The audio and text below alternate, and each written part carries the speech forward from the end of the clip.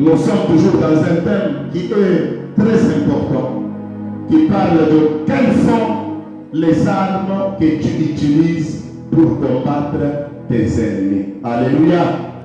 Alléluia. Quelles sont les armes que tu utilises pour combattre tes ennemis? Amen. Amen.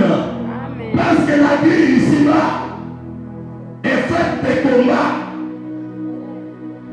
La vie, il n'y a pas la liberté sans combattre. C'est-à-dire, la vie est confrontée toujours au combat. Alors, quelles sont les armes que tu utilises pour combattre tes ennemis? Alléluia. Alléluia. C'est pourquoi dans le monde entier, si tu es né, tu dois prendre conscience que tu es toujours attaqué et tu seras toujours attaqué par l'ennemi.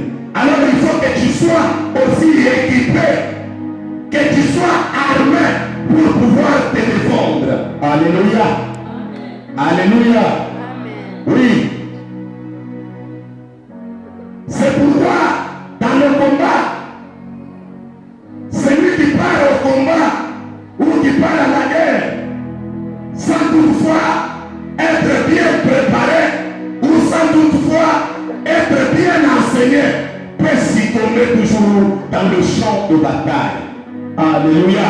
Pourquoi? Parce qu'il n'avait pas été bien préparé, parce qu'il n'avait pas été bien formé.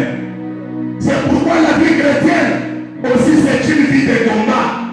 Nous devons savoir quelles sont les armes que nous pouvons utiliser pour pouvoir combattre nos ennemis. Alléluia. Amen. C'est pourquoi l'apôtre Paul écrit cette épître aux Éphésiens. Lorsqu'il dit que bien-aimé, il dit que car nous n'avons pas à lutter contre la chair et le sang. Ceci signifie que notre bataille, notre guerre que nous avons ne consiste pas à la chair ni le sang.